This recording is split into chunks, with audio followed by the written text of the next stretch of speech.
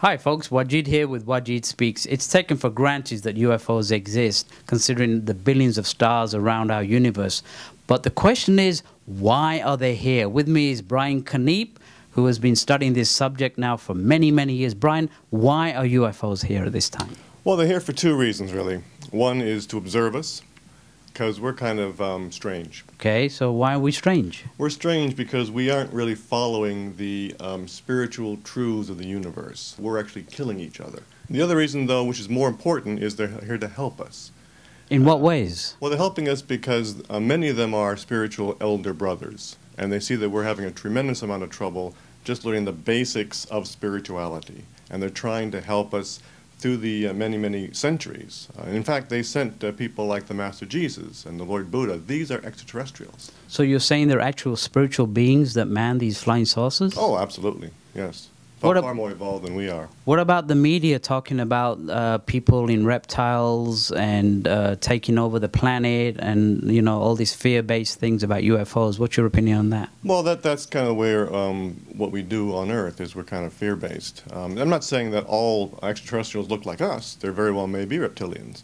But to think that they're going to take over the world is extremely unlikely. So why don't they land? Well, you've heard of the Prime Directive in Star Trek? Well, it's to do no harm, to not interfere with our development. And so the ones who are observing, they're here to observe, not to influence our development. Because we're here to learn our lessons and evolve ourselves. We can't just be given stuff. So where do these great masters come from? They come from all over the galaxy, but the ones who are helping us the most come from inside this solar system. So you're saying there's life exists in this solar system? Absolutely. On higher realms of experience, though. I mean, if you went and visited Mars, you wouldn't see them.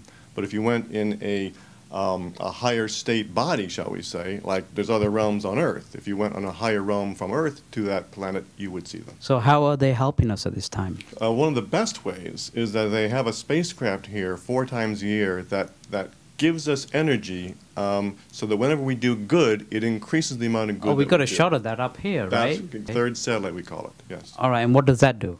It magnetizes anyone who is doing good for the world. That good, that benefit is increased 3,000-fold while that satellite is in orbit.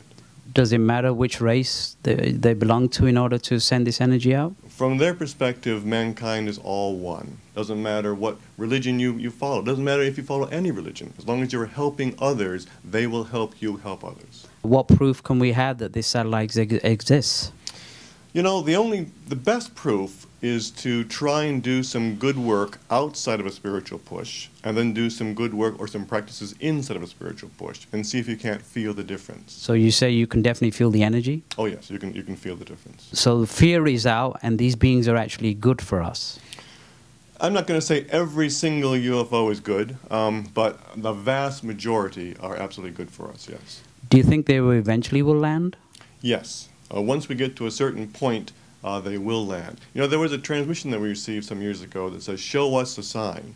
It's like we are always saying that they should show us a sign that they exist, where they're saying you should show us a sign that you are ready for more advanced technologies. And what sign do we need to show them? Follow our spiritual teachings we've been given for centuries. Help mankind, give compassion, service to others. Very simple signs. Fantastic. So, folks, UFOs are not to be feared. They are to be revered. This is Wajid with Wajid Speaks. Thank you again, Brian, for your excellent discourse on UFOs. And we'll be back soon.